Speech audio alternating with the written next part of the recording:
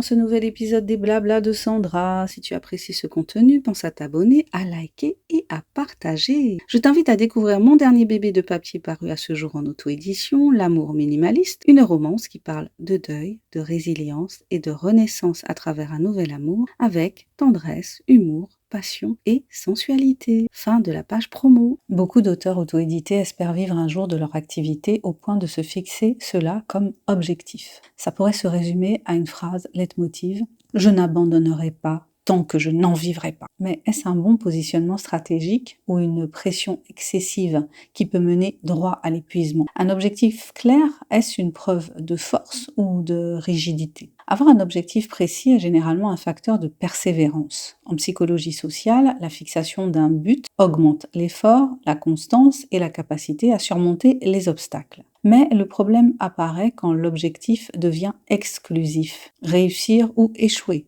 vivre de l'écriture ou considérer tout le reste comme un échec. Dans ce cas, l'identité personnelle se confond avec le résultat économique. Or, les revenus en auto-édition dépendent de nombreux facteurs partiellement incontrôlables. Les algorithmes, la visibilité, la saturation du marché, le timing. Le problème n'est pas l'ambition, mais la rigidité psychologique face aux résultats. Le concept de prophétie auto-réalisatrice, est-ce que c'est un mythe ou est-ce que c'est un levier réel? Le concept de prophétie autoréalisatrice a été formalisé par Robert K. Merton en 1948. Il montre qu'une croyance peut influencer les comportements de telle sorte qu'elle finit par se confirmer. Appliqué à l'auto-édition, c'est croire que l'on peut réussir, ce qui amène à publier davantage, à apprendre le marketing, à améliorer ses textes, ce qui augmente objectivement les probabilités de réussite. Mais attention, la prophétie autoréalisatrice n'est pas magique. Elle ne supprime ni la concurrence, ni les contraintes économiques. Elle agit sur les comportements, pas sur le marché lui-même. L'idée serait de se programmer pour réussir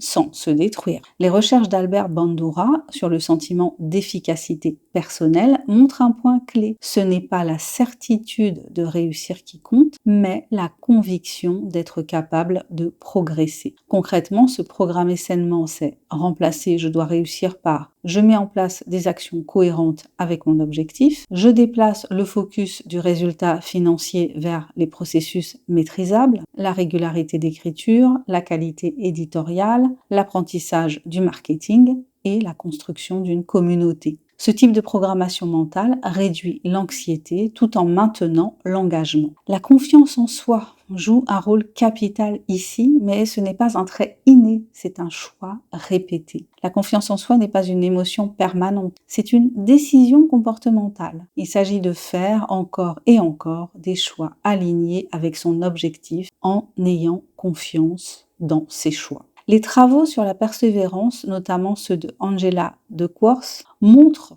que la réussite à long terme repose davantage sur la constance que sur le talent ou la motivation initiale. Mais cette constance n'est possible que si l'échec est vu comme une information, pas comme un verdict. L'identité personnelle ne dépend pas uniquement des ventes et des limites claires sont posées pour préserver sa santé mentale. Conclusion. Dire « je n'abandonnerai pas tant que je n'en vivrai pas » peut être un moteur puissant si cela guide des actions concrètes et réalistes, mais un piège psychologique si cela devient une injonction absolue. La clé n'est pas d'abandonner ou de s'acharner, mais de transformer l'ambition en stratégie durable. Réussir en auto-édition n'est pas seulement une question de volonté, c'est une question de choix répétés, lucides et compatibles avec une vie mentalement soutenable. Merci d'avoir écouté cet épisode des Blabla de Sandra. Si tu as aimé cette réflexion, n'hésite pas à partager ce podcast et à me dire quel est ton point de vue sur la question. Je te dis à très bientôt pour un nouvel épisode des Blabla de Sandra. Allez, abonne-toi, commente si tu l'oses, like et partage. Et pense à découvrir mon dernier bébé de papier paru à ce jour, L'amour minimaliste, une romance qui parle de deuil, de résilience et de renaissance à travers un nouvel amour avec tendresse, humour, passion et sensualité.